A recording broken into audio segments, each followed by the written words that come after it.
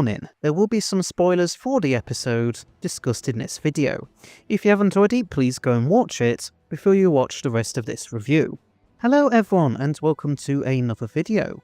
So last Saturday, the third episode of Season 2, aka Series 15, aired, and here's my review of it. So what did I make of it? Well, I really enjoyed it. Yes, we finally got an episode that I was 100% happy with.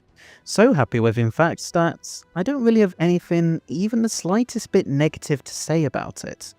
I think it's safe to say that Rose Aileen Ellis was the absolute standout of the episode. She played her character of Alice Fenley so incredibly well.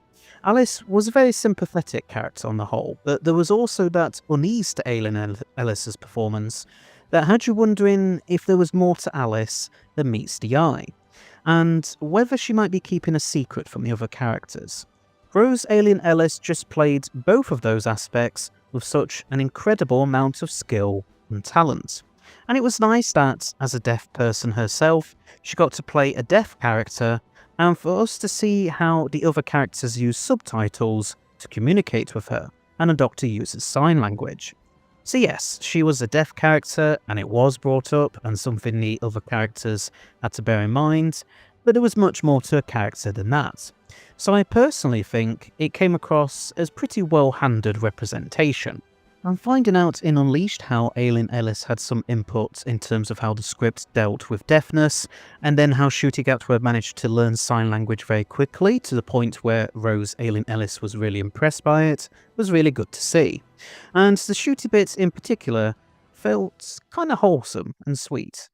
Obviously, we discovered partway through the episodes that the rumours of it being a sequel to Midnight were indeed true, which I didn't necessarily mind as an idea as long as the Midnight monster stayed a secret and we didn't find out much more about it, like what it looks like, its species name, etc. So as soon as we got the Midnight reveal, that's what I kept on hoping for. And thankfully, the episode didn't give too much more about it away. It deliberately kept the mystery surrounding the creature a secret, whilst also kind of evolving it, just so it wouldn't be doing the exact same stuff it did last time in Midnight. Personally, I'm completely fine with the creature acting a bit different this time round, as it might very well have gotten pretty boring to just have it endlessly copy what everyone was saying all over again. Like, we were just completely retreading old ground almost. But I can understand why some fans might have preferred it if it had acted at least a bit more like how it did in its previous appearance. Ncuti Gatwa and Varada Sefu also gave really good performances throughout this, and I felt like the other guest cast were also great, especially Keelan Dunn as Shea and Christopher Chung as Cassio. Yes, I know his character wasn't nice, but Chung really played that very well. The whole episode was very spooky and tense throughout its runtime. Those scenes where we see some of the guest characters getting thrown about when they get too close to the creature and it then kills them were really haunting and scary. And obviously the ending where it's teased that the creature managed to escape the planet leaves you with a real sense of dread as you realise that it's not all over yet and that the entire crew of the spaceship and potentially even the wider universe now in a great deal of danger. So I'd have to give the world a rating of 10 out of 10. It handled the whole Midnight sequel aspect really well and didn't really take anything away from the original episode. If anything, it just added even more to it, although I wouldn't say it's quite as good as Midnight personally. Rose Aileen Ellis was the highlight of the episode in terms of cast performances, although the rest of the cast were also very good of course.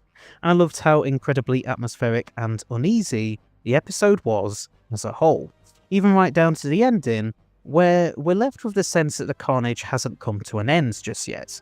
And it also leaves us wondering if there could even have been more than one creature as well. Now Mrs. Flood cameo was probably the closest this episode got to a weak point, but I think that's more because I'm not really all that hyped for her eventual reveal, as I'm still wanting to be very cautious, bearing in mind how last season's story arcs were resolved in the last finale. But anyway, so there's my review of The Well, but what do you think? Did you like this episode or not? And did you agree with my thoughts on it? Please let me know in the comments section below. Anyway, so thanks for watching, I hope you liked it. Please don't forget to press that subscribe button below, as well as press the bell icon at the side of it, so that you'll stay notified of when all my new videos come out. And I shall see you all in another video. So, until next time, bye bye!